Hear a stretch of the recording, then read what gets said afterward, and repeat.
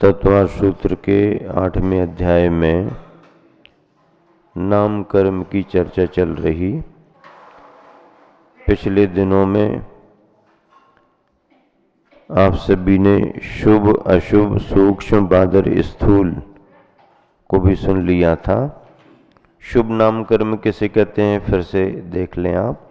जिस कर्म के उदय से मस्तक आदि अवयव सुंदर मालूम होते हैं उसे शुभ नाम कर्म कहते हैं। ठीक ठाक लगते हैं, जो जैसा नाक नक्शा होना वैसा। अशुभ जिस कर्म के उदय से शरीर के अवयव देखने में मनोहर मालूम नहीं होते उसे अशुभ नाम कर्म कहते हैं। शुभ अशुभ सूक्ष्म जिस कर्म के उदय से दूसरों को नहीं रोकने वाला और दूसरों से नहीं रोकने वाला शरीर प्राप्त होता है उसे सूक्ष्म नाम कर्म कहते हैं। सूक्ष्म नाम कर्म का मतलब क्या कि ऐसा शरीर जो दूसरों के द्वारा बाधित नहीं होगा और दूसरों को बाधित भी नहीं करेगा, न बाधित होगा और न बाधित करेगा, न किसी से रुकेगा और न किसी को रोकेगा। इसका नाम है सूक्ष्म नाम कर्म। इस सूक्ष्म नाम कर्म की वजह से जीव को ऐसा शरीर मिलेगा कि वो कहीं से भी आ जा सकता है, कोई रुकावट नहीं, और उसके कारण भी किसी को रुकावट नहीं। बादर यानी स्थूल।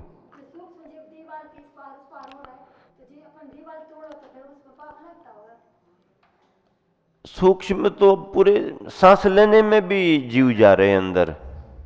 हाँ, तो लेना बंद कौन कौन करेंगे? वो दीवार में आ रहे जा रहे हो तो छोड़ो, आप ऑक्सीजन हवा ले रहे ना, वो भी तो वायु का एक जीव है। तो अब जले जंतु, थले जंतु, जंतु आकाश से रहे हो, पूरे संसार में सब जीव भरे हैं, सूक्ष्म है। अब उनको बाधा तो नहीं होती है, सूक्ष्म में तो बाधा नहीं है, लेकिन बादर जीव भी हैं जो बाधित होते हैं, बाधित करते हैं, वो भी भरे हुए हैं। सूक्ष्म जीव हाँ उनके लिए है ना, क्यों नहीं लेते हैं? वो आयु कर्म है, शरीर है, श्वासोश्वास है उनकी, तो वो तो जीव है। शरीर है उनका, शरीर है, चल रहा है, तो शरीर चल रहा है तो ऑक्सीजन तो होगी तब तो शरीर चलेगा। अब दिखता नहीं है, दिखता। अब जो चलने फिरने वाले नहीं दिख रहे अपन को, फिर वो कहाँ दिखेंगे? सामने सामने 5 फीट को आदमी फिर भी टकरा रहे तुम अब गाड़ी से गाड़ी टकरा रही, ये तो दिख नहीं रहे तुमको अब वो कहाँ से देखेंगे? बादर स्थूल जिस कर्म के उदय से दूसरों को रोकने वाला तथा दूसरे से रुकने वाला शरीर प्राप्त होता है उसे बादर, बादर यानी स्थूल शरीर कहते हैं। और जिसमें पूर्ण नहीं, एक भी पूर्ण नहीं हो पाई, उसे अपर्याप्ति नाम कर्म कहते हैं। अब देखो जैसे कैसे जीव आया और अब अपनी प्रक्रिया कर रहा है। सबसे पहले क्या करेगा? शरीर बनाएगा, फिर इंद्रियां आएंगी उसमें, शरीर, इंद्रिय, भाषा, मन, श्वासोश्वास आदि। तो ये तो क्रम क्रम से आगे बढ़ेगा। अब बढ़ना शुरू हुआ और आयु कर्म उसका 6 को प्राप्त हो गया, तो वो पूर्ण नहीं कर पाया और पहले ही निकल गया, वहां से दूसरी जगह चला गया। जैसे समझ लो कोई रोटी बना रहे, आटा रखा हुआ है, अब उसमें से आपने थोड़ा सा निकाल लिया और अब गोल गोल करके उसको बेलन से रोटी बनाना शुरू कर रहे, करते करते और अभी कुछ हुआ ही नहीं, और उसको फिर उठा के फिर उसी में मिला के रख दिया, बस खत्म काम। ऐसे अपर्याप्ति, शुरुआत हुई लेकिन पूर्णता को प्राप्त नहीं हुई है, एक भी पर्याप्ति पूर्णता को प्राप्त ना हो। एक एक पर्याप्ति को पूर्ण करने में अंतर्मुहूर्त का समय लगता है, और 6 पर्याप्तियां पूर्ण करने में भी अंतर्मुहूर्त ही माना जाता है। बड़े छोटे का अंत भेद कर दे, छोटा अंतर्मुहूर्त, बड़ा अंतर्मुहूर्त। आहार, शरीर, इंद्री, श्वासोश्वास, भाषा और मन। अब जीव जब पहले अपने शरीर के योग्य पुद्गल की वर्गनाएं ग्रहण करेगा तो उसको आहार कहेंगे। उन वर्गनाओं से उसका शरीर बनेगा, तो आहार के बाद शरीर बनेगा, तो उसमें इंद्रियां आएंगी। जीव जब गर्भस्थ भ्रूण के रूप में होता है, तो जब वो बढ़ता है तो फिर पहले पैर की जगह पैर के अंकुर आएंगे, हाथ के अंकुर, सिर का अंकुर, ये धीरे धीरे वृद्धि करते हैं। तो आहार, शरीर, इंद्रियां जब आ गई तो फिर श्वासोश्वास लेना शुरू करेगा, श्वासोश्वास। फिर जब आगे बढ़ेगा जीव तो कितने इंद्रिय है, एक इंद्रिय होगा तो एक इंद्रिय तक ही रहेगा, और यदि 2 इंद्रिय है तो भाषा उसको आएगी। फिर पंचेंद्रिय पने को प्राप्त हो रहा तो मन भी आएगा। मतलब संसार की चारों गतियों में जीव को जीने योग्य सामग्रियां कितनी है, इतनी तो है। पंचेंद्रिय पने में संपूर्ण सामग्री मिलेगी, उसके नीचे विकलत रहे तो भाषा तक आएगी, मन नहीं आएगा। उसके नीचे है तो भाषा भी नहीं आएगी, अगले शरीर संबंधी काम होगा। ऐसा। अब स्थिर नाम कर्म और अस्थिर नाम कर्म, जिस कर्म के उदय से शरीर की धातुएं, अपने शरीर के अंदर धातु और उपधातु होते हैं, जो शरीर के एक तरह से सहयोगी पार्ट होते हैं। तो जिस कर्म के उदय से शरीर की धातुओं में क्या आएगा, रस, रुधिर, मांस, मेद, हाड़ यानी हड्डियां, मज्जा और शुक्र, ये धातु कहलाती हैं। तो ये धातुएं तथा उपधातुएं वात, पित्त, कफ, शिरा, स्नायु, चाम और जठराग्नि, ये उपधातुएं हैं।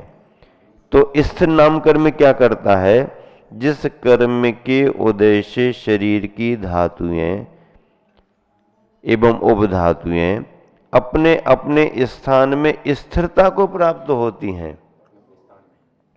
अपने अपने स्थान में, जिसका जो स्थान है उसमें स्थिरता को प्राप्त होती हैं, वो स्थिर नाम कर्म है।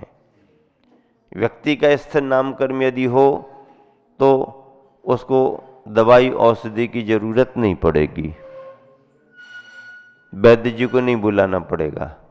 हाँ, स्थिर नाम कर्म हो तो, और अस्थिर नाम कर्म है तो जिस कर्म के उदय से शरीर की धातु तथा उपधातुएं अपने स्थान में स्थिर नहीं रहती हैं, उसे अस्थिर नाम कर्म कहते हैं। देखो, कर्म का उदय तो अपना रहता है, जो भी कर्म का उदय होगा वैसा इस जीव को मिलेगा, वैसे साधन मिलेंगे, लेकिन उसमें उदीर्ण आदि होना, शमन आदि होना, वो वातावरण पर निर्भर करेगा। आपका अस्थिर नाम कर्म का उदय चल रहा है, आपको अस्वस्थता है, बीमारी है, वात पित्त कफ से आप परेशान रहते हैं, अस्थिर नाम कर्म का उदय पक्का है। अब ये तो है ही, लेकिन यही सोच करके अब जिसका जो कर्म होगा होगा, हमें कुछ लेना देना नहीं, तो मामला और बिगड़ जाएगा। फिर क्या है, हमको पुरुषार्थ करना। क्या करना, यदि अस्थिर नाम कर्म चल रहा है तो उसको औषधि उपचार आदि से स्थिर करने का प्रयास करना।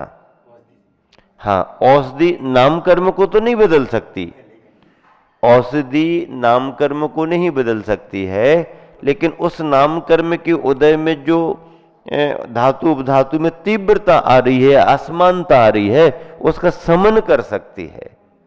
हाँ, समन कर सकती है।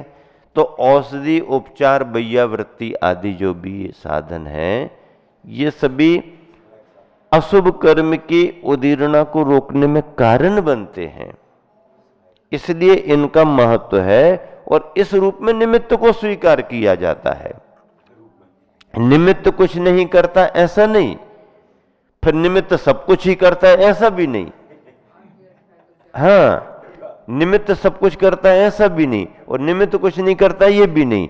जैन सिद्धांत कहता है निमित्त कुछ कर भी सकता है, कुछ कर भी नहीं सकता। यदि सामने वाले का उपादान हो तो ये निमित्त उसके लिए मैत्री भाव से कुछ सहयोग कर देगा, और यदि सामने वाले की बहुत तीव्रता है तो हमारा औषधि उपचार भी उस समय काम नहीं आएगा।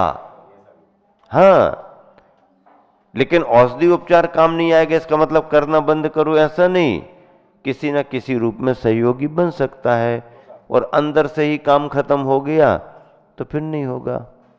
हाँ, तो ये है।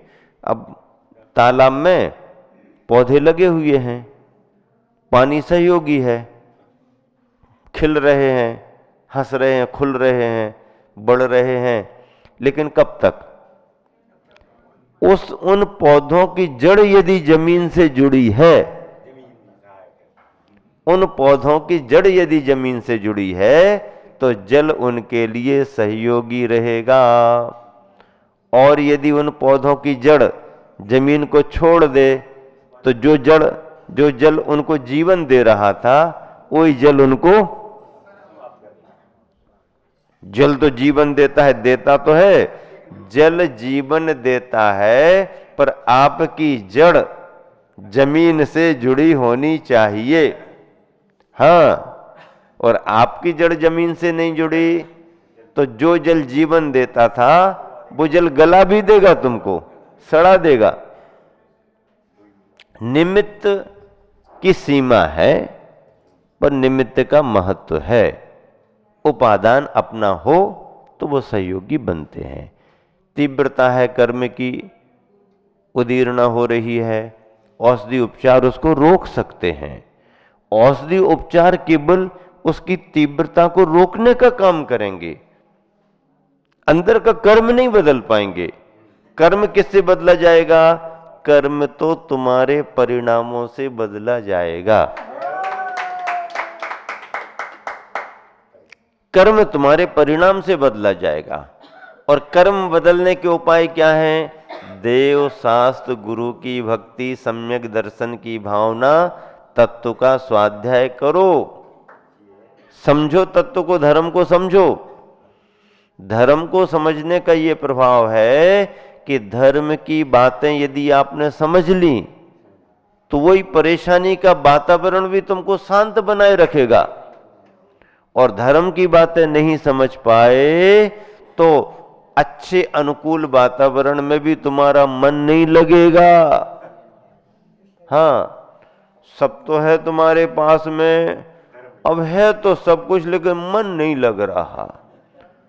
अब जिन जिन साधन सामग्रियों से मन लगते थे वो सब आ गए, अब सब तो आ गए, आ तो गए, लेकिन मन नहीं लग रहा।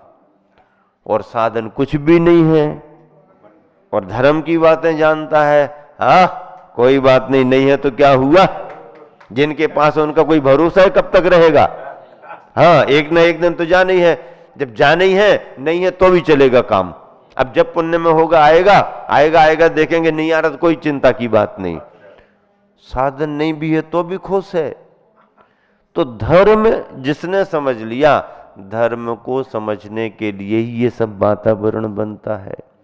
सैकड़ों व्यक्ति सुनते हैं, 10-20 ने भी यदि बात पकड़ ली, गांठ में बांध के रख ली, अपनी मेहनत सफल हो गई।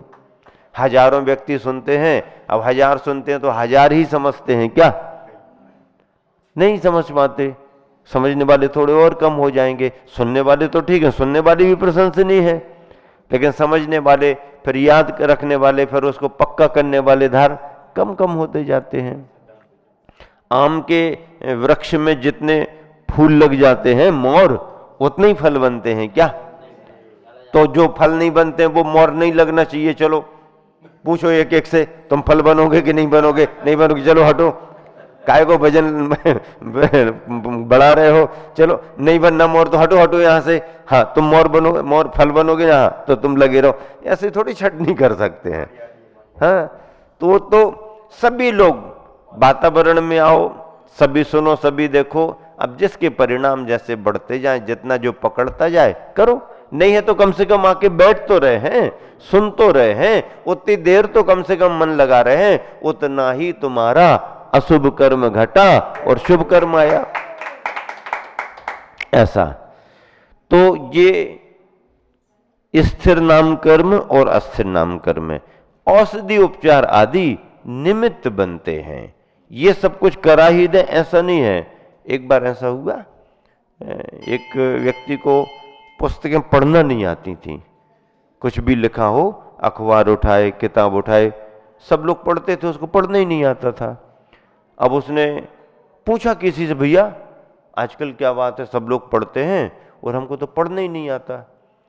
तो किसी ने कह दिया उम्र देख के कि थोड़ी उम्र ज़्यादा सी दिख रही है इसकी, तो जाओ चश्मा लगवा लो, हाँ चश्मा लगवा लो, फलाने फलाने डॉक्टर का नाम बताए, उनके यहाँ चले जाओ चश्मा बनवा लो। डॉक्टर साहब चश्मा बना दो।